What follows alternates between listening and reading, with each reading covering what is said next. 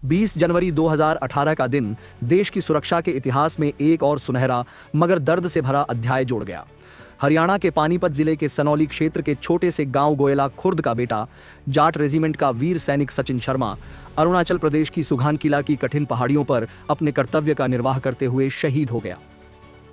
आखिरी बातचीत और मां का दर्द। शहादत से ठीक एक दिन पहले सचिन ने अपनी मां सावित्री से फोन पर बात की थी। मां ने स्नेह से कहा कि बेटा दुबला हो गया है, थोड़ा खा पी लिया कर। मगर सचिन ने मुस्कुराते हुए जवाब दिया, मां, दुश्मन के लिए मैं दुबला ही बहुत हूं। इस जवाब ने जैसे उनके जीवन की संपूर्ण गाथा कह दी।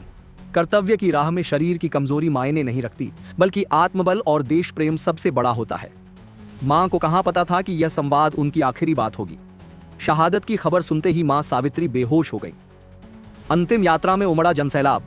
जब बुधवार शाम 6:20 पर सेना की गाड़ी सचिन का पार्थिव शरीर लेकर गांव पहुंची तो चारों ओर शोक की लहर दौड़ गई।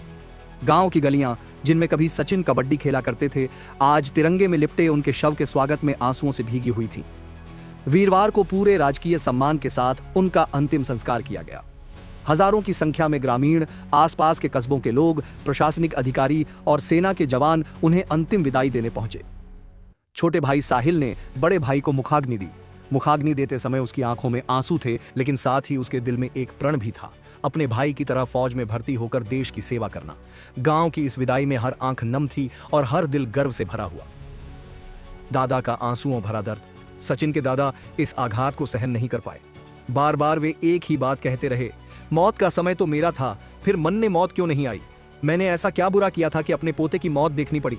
हे भगवान, मन ने भी साथ भेज दे।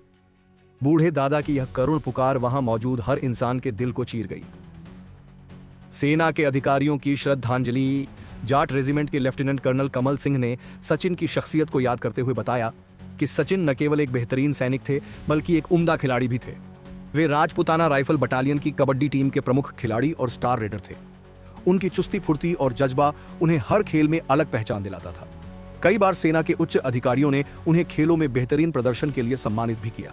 कमल सिंह ने कहा, सचिन हमेशा ड्यूटी के लिए तत्पर रहते थे। मैंने कभी उन्हें थकते या जिम्मेदारी से पीछे हटते नहीं देखा। अधूरे सपने और पारिवारिक जिम्मेदारियां।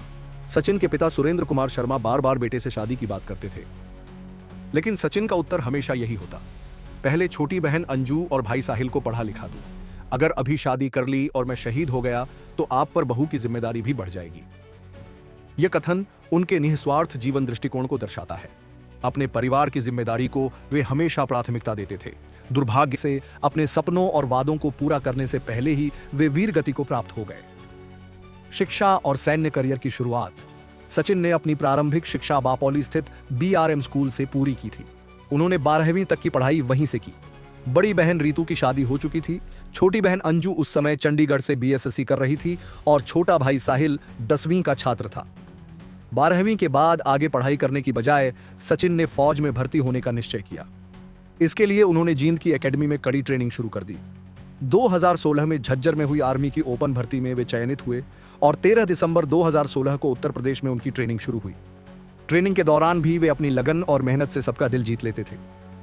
शहादत की सच्चाई। सेना के अधिकारियों ने बताया कि अरुणाचल प्रदेश के सुघानकिला की पहाड़ियों पर पेट्रोलिंग के दौरान सचिन को अचानक पेट दर्द की शिकायत हुई।